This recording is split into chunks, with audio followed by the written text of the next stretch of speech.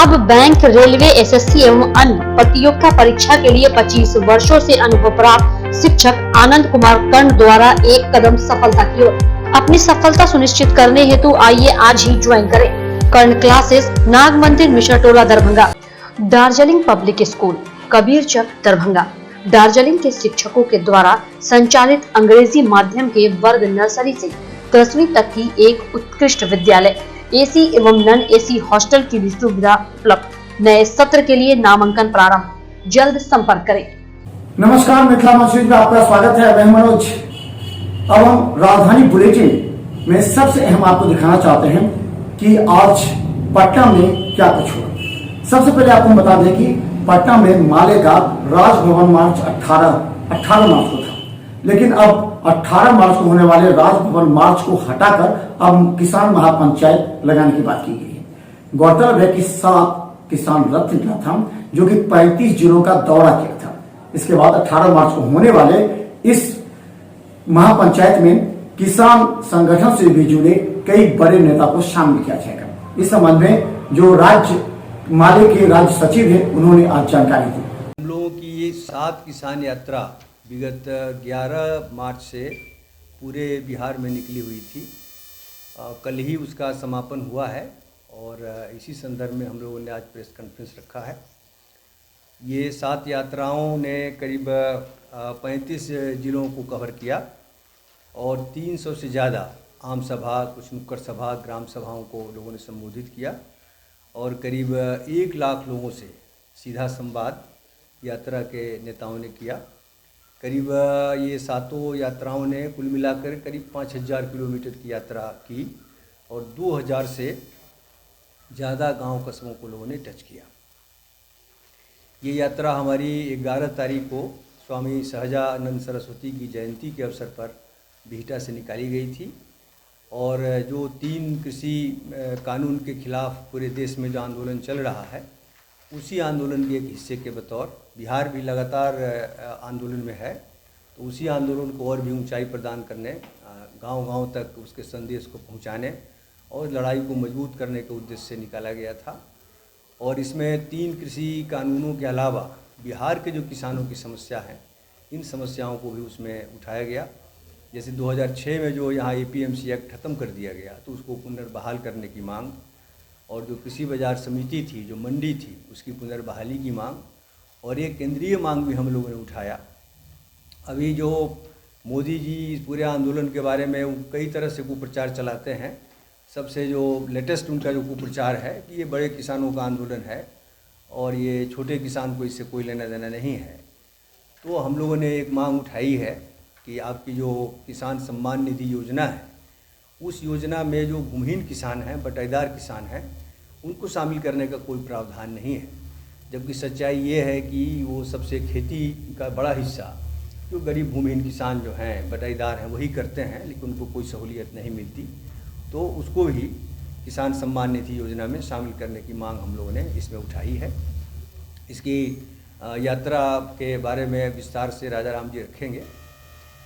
और इस यात्रा में हम लोगों ने जो 18 तारीख को, इसी 18 मार्च को विधानसभा के समक्ष पहले हम लोगों ने तय किया था कि ये किसानों का मार्च होगा, लेकिन उसके स्वरूप को थोड़ा सा हम लोगों ने बदल दिया। अब विधानसभा के समक्ष किसान मजदूर महापंचायत का आयोजन हम लोग करने जा रहे हैं। ये जो गेट पब्लिक लाइब्रेरी का जो मैदान है, ग्राउंड है, वहाँ हम लोग इसको करेंगे। और इस महापंचायत को हमारी पार्टी के महासचिव कामरेड दीपंकर भट्टाचार्य के अलावा पंजाब किसान यूनियन के राज्य सचिव गुरनाम सिंह भिक्खी, जो टिकरी बॉर्डर के नेता हैं, वो भी संबोधित करेंगे। और एक युवा नेता को भी, नवकिरण नथ, जो टिकरी बॉर्डर पर लगातार वहाँ वो जमी रही हैं और उनकी एक चर्चा भी है, तो उनको भी हम लोग बुला रहे हैं। इसके साथ ही साथ बिहार के मंत्री शहनवाज हुसैन, जो भारतीय जनता पार्टी के राष्ट्रीय प्रवक्ता हैं, बिहार के दौरे पर पहुंचे। जैसे पहुंचे तो मीडिया ने उनसे कई सवाल पूछे। उन्होंने कहा कि पश्चिम बंगाल में इस बार भारतीय जनता पार्टी की सरकार बनेगी। वहीं उन्होंने एक गंभीर मुद्दे को लेकर कहा कि वसीम रिजवी को देश के माहौल खराब करने का हक नहीं है और उसे अधिकार दिया नहीं जा सकता। उन्होंने ये भी कहा कि वसीम रिजवी का भारतीय जनता पार्टी से कोई संबंध नहीं है। मुल्क के माहौल को ख़राब करने की इजाज़त नहीं दी जा सकती। इस तरह के ओछे बयानबाजी की इजाज़त नहीं दी जा सकती। जिस तरह अदालत में भी जाकर और बाहर भी जो बयानबाजी की है कुरान शरीफ के बारे में, वो पूरी तरह अस्वीकार है। हमारे नेता तो नरेंद्र मोदी जी ने कहा था कि भारत के जो मुस्लिम नौजवान हैं एक हाथ में कुरान और एक हाथ में कंप्यूटर लेकर आगे बढ़ें। हम किसी की भी धार्मिक भावना को ठेस पहुंचाना नहीं चाहते। हम सबका सम्मान करते हैं और वसीम रिजवी का भारतीय जनता पार्टी से कोई संबंध नहीं है। वो समाजवादी पार्टी के नेता आज़म खान के वक्त में वो वक्फ बोर्ड के शिया वक्फ बोर्ड का चेयरमैन बना था। भारतीय जनता पार्टी का उसका दूर दूर का कोई संबंध नहीं। श्रीलंका में तकरीबन 1000 मदरसों को बंद कर दिया गया है और बुर्का पर बैन लगा दिया गया है। इसको किस तरह से आप देखते हैं? ये जानकारी है, मैं पूरा पता करूँगा। करते हैं भारतीय जनता पार्टी कुरान शरीफ सहित सारे धर्म ग्रंथ का सम्मान करती है। किसी भी धर्म ग्रंथ के बारे में कोई भी टिप्पणी करे वो स्वीकार नहीं है। हमारे केंद्रीय नेतृत्व ने एक नहीं अनेक बार इस बात को कहा है कि किसी की भी धार्मिक भावना को ठेस पहुंचाने का किसी को हक नहीं है। लेकिन वसीम रिजवी ने जिस तरह कुरान शरीफ के लिए और खलीफाओं के लिए ओछी बयानबाजी की है, इसकी मैं घोर निंदा करता हूँ। रिजवी को मुल्क के माहौल को ख़राब करने की इजाज़त नहीं दी जा सकती। इस तरह के ओछे बयानबाजी की इजाज़त नहीं दी जा सकती। जिस तरह अदालत में भी जाकर और बाहर भी जो बयानबाजी की है कुरान शरीफ के बारे में, वो पूरी तरह अस्वीकार है। हमारे नेता तो नरेंद्र मोदी जी ने कहा था कि भारत के जो मुस्लिम नौजवान हैं एक हाथ में कुरान और एक हाथ में कंप्यूटर लेकर आगे बढ़ें। हम किसी की भी धार्मिक भावना को ठेस पहुंचाना नहीं चाहते। हम सबका सम्मान करते हैं और वसीम रिजवी का भारतीय जनता पार्टी से कोई संबंध नहीं है। वो समाजवादी पार्टी के नेता आज़म खान के वक्त में वो वक्फ बोर्ड के शिया वक्फ बोर्ड का चेयरमैन बना था। भारतीय जनता पार्टी का उसका दूर दूर का कोई संबंध नहीं है। श्रीलंका किस तरह से आप देखते हैं? ये जानकारी है, मैं पूरा पता करूंगा। अभी आपने जो जानकारी दी है इसके बारे में हम पता करके बताएंगे। टीएमसी बयानबाजी कर रही है ममता बनर्जी, क्योंकि चुनाव आयोग ने बता दिया कि ये जो उनका ड्रामा था वो एक्सपोज हो गया। वो जो ड्रामा एक्सपोज हुआ है उसके वजह से वो ध्यान बांटने के लिए प्रधानमंत्री जी के ऊपर ओछी टिप्पणी कर रहे हैं टीएमसी के नेता और ममता दी। उनको ये समझ जाना चाहिए कि बंगाल की जनता ने मन बना लिया है कि टीएमसी की सरकार को भगाकर वो रहेगी और वहाँ भारतीय जनता पार्टी की सरकार बनेगी। मैं कल फिर से प्रचार अभियान के लिए बंगाल जा रहा हूँ और हमारे सारे बड़े नेता बंगाल के चुनाव में पूरी ताकत से टीएमसी की सरकार को सत्ता से बेदखल करने के लिए काम कर रहे हैं। इस बार होली में कोरोना फैलने की आशंका को देखते हुए राज्य सरकार ने एक गाइडलाइन जारी किया है। आज मंगल पांडे स्वास्थ्य मंत्री मीडिया के समक्ष आए। उन्होंने कहा कि इस बार होली में सरकारी कार्यक्रमों एवं भीड़ भाड़ वाली जगहों पर होने वाले कार्यक्रमों पर रोक लगा दी है, क्योंकि देश के कई राज्यों में कोरोना संक्रमण के बढ़ते खतरे को देखते हुए राज्य सरकार को यह गाइडलाइन जारी करना पड़ा है। मंगल पांडे ने यह भी कहा कि लोगों को भी सतर्कता बरतने की जरूरत है। हालांकि उन्होंने ये कहा कि बिहार में अभी कोरोना के फैलने की आशंका नहीं है। अभी तक 350 एक्टिव मामले हैं। ही गंभीर है कोरोना के हर मामले में। पिछले साल से जब से शुरुआत हुई है और आज तक हर कदम पे बहुत गंभीरता के साथ हम लोगों ने काम किया है, बहुत जिम्मेवारी के साथ, और उसी का आज परिणाम है कि बिहार के अंदर 350 से भी कम कोरोना के मरीज राज्य के अंदर हैं। आज 6 जिला ऐसा है जहां शून्य मरीज है और रिकवरी रेट 99.29% है। लेकिन विगत कुछ दिनों में देश के दूसरे राज्यों में जब कोरोना का प्रभाव बढ़ता हुआ दिखा तो हम सब लोग सभी परिस्थितियों पर नजर रखे हुए हैं और परिस्थितियों के आलोक में हम लोग काम भी कर रहे हैं।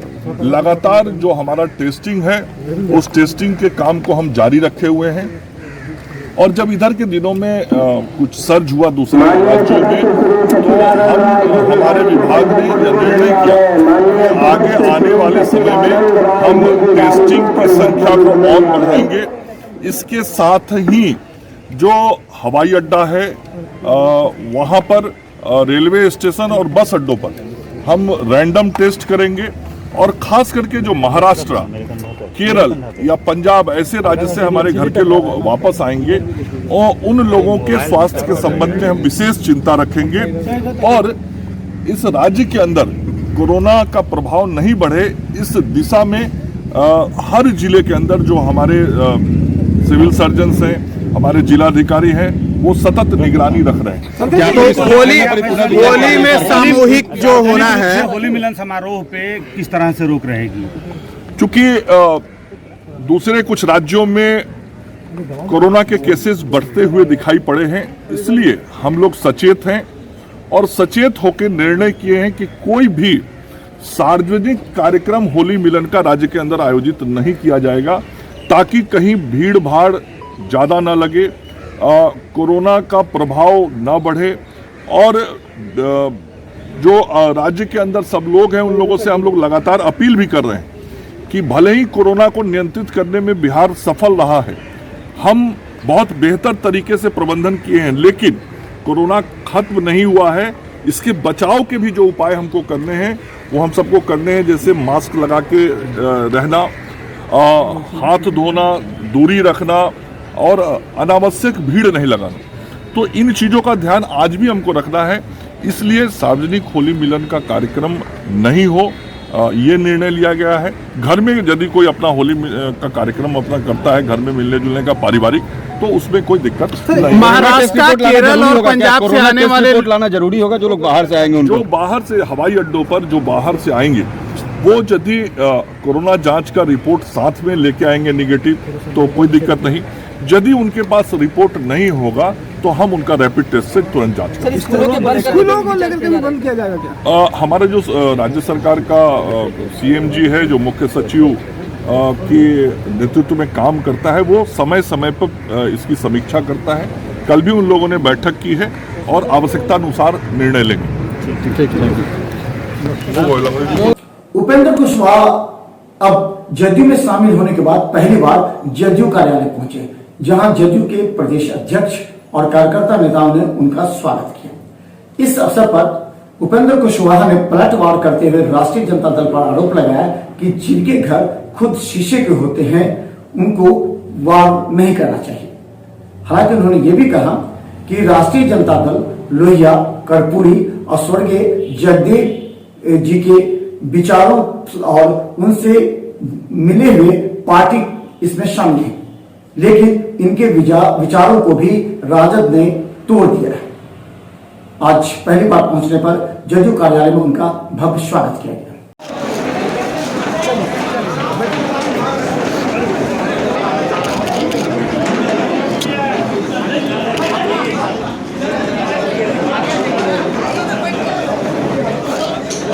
हम अब सदस्य हैं, हम तो कभी भी कार्यालय आएंगे।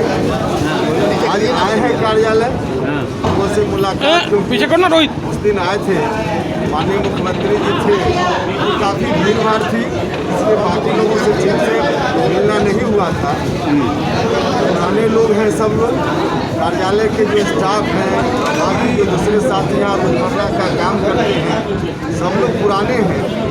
उनसे एक बार मुलाकात फिर से जनता दल यूनाइटेड में आने के बाद आवश्यक है, तो इस दृष्टि से हम सब लोग आजाद हैं। सर, आलोक में इतना तो स्वीकार कर लिया ना उन लोगों ने, यही बात बोलकर इतना तो स्वीकार किया ना कि उस समाज में मेरा भी कुछ न कुछ है, कम से कम है, न माने तो था। पहले तो बिल्कुल कहते थे कि कुछ नहीं है, अब तो ऐसी बात बोल रहे इसका मतलब मेरा है, तो खुद ही स्वीकार कर रहे हैं। लेकिन उन्होंने कहा कि शहीद जगदेव सिंह का जो आदर्श है, विचार है, उसको कहीं न कहीं आपने खत्म करके ऐसा किया है।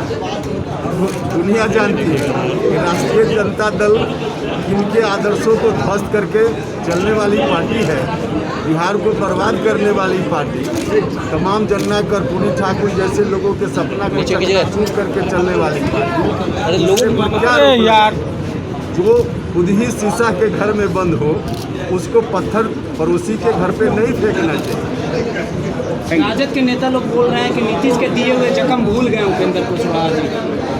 तो भैया वो अपना जख्म न पहले देख लें, वो अपना जख्म पहले देख लें, उसके बाद दूसरे की बात करें। ठीक है, चलिए, थैंक यू।